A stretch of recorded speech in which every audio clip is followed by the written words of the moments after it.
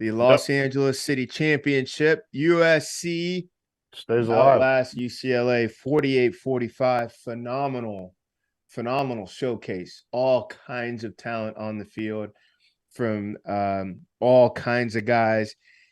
Caleb Williams, obviously being the rock star, 470 yards passing, 648 total yards by USC. Just a phenomenal back and forth. UCLA held serve all night. Really, it was going to be whoever had the ball last. This game winds up having so much more ramifications given what happened at South Carolina. Michael Felder. Yes, sir.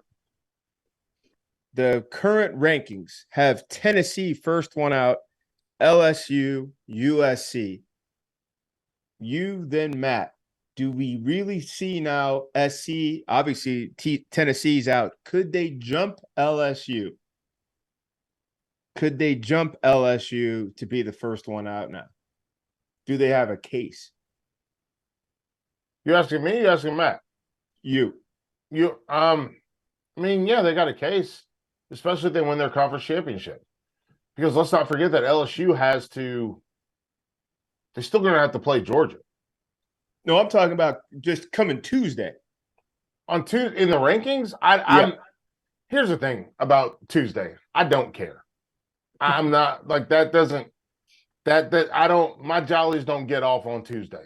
And the reality for me is, yes, they have an opportunity to jump LSU, but the reality for me is, the only thing that I'm worried about is because, hey, I'm gonna be honest with you. You know what I'm thinking about right now? I'm thinking about Thanksgiving. Okay, I got turkeys to cook.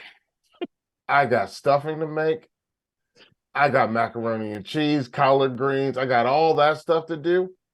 So I ain't worried about right now. What I am worried about is that week after and what it looks like when they get to the SEC championship game, when they get to the Big 12 championship game, when they get to the Pac-12 championship game. So I'm not, they can jump or don't jump. Because at the end of the day, Georgia will beat LSU. So we can drop them. I don't know if we can just flat out say that. Because we flat out said Tennessee beat South Carolina. We flat out said Alabama would be in here somehow, some way. Oh, I agree. I don't think anything's flat out. And Matt, I ask you this, going off of what Felder's saying. These teams will be losers.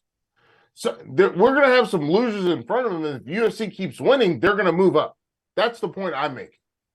Oh, I got you. I think to Michael's point, George, is I think USC now controls its destiny. I think if they win out, they're in. So I don't think it matters this week. I don't think it matters for LSU either. I think if they win out, they're in. I don't think they're going to, but I just think that's where they're at right now. I think you could probably look at this right now. Georgia controls its destiny. Ohio State and Michigan do. USC does, and LSU does. And other than that, and TCU. Other than that, I think that's it. I think those are the teams. But that's 5 lanes for 4 parking spots. Right, but 4 of those guys are playing each other. Ohio State and Michigan and LSU. Even if Big Ten, so Georgia, Big Ten winner, TCU stays undefeated, LSU wins out, USC wins out. That's still 5 lanes. Big Ten's a lane by itself. That's all I'm saying. So when I'm asking about these rankings, wait. So you're saying like no matter what happens, they're both in? No, I'm saying rankings. We may not like them, and there is some shifting going on, but they still do matter. They still do matter. Positioning. When did you ascend into the top 4? Have you held your spot for a bit in the top 4? Your wins. What's the weight of your conference? The weight of your wins, et cetera, et cetera, et cetera. It still does matter. I know. We get fatigued by the rankings because they're like, oh, it doesn't matter if you win, you're in. Kind of. But if you win on field goals, like they won by a field goal tonight, USC. And if they keep winning out by field goals. And so did Michigan. Correct. But if Michigan goes and has a big knockout blow against Ohio State, or TCU turns it up, or LSU does something wild in the SEC championship, then they start to go back and evaluate your performance. It isn't all about the cold wins and losses. they'll start doing the biopsy, and then that's where this stuff starts to get really interesting. And the see, and rankings. That's interesting. I don't think they do the biopsy. I don't think they do the investigation. I don't think they do that. I think they do a surface level look at things, which are win differentials, point differentials. I think that's what it is. I don't think that they go back and look at the actual. I guess let me ask you this, and Matt, you probably know this better than any of us. Do you think they go back and rewatch all their games? So I can tell you this. I was in the first mock they ever did. Yeah.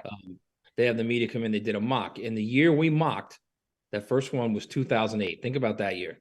Yeah. With Texas, Oklahoma, and Texas Tech all with one loss.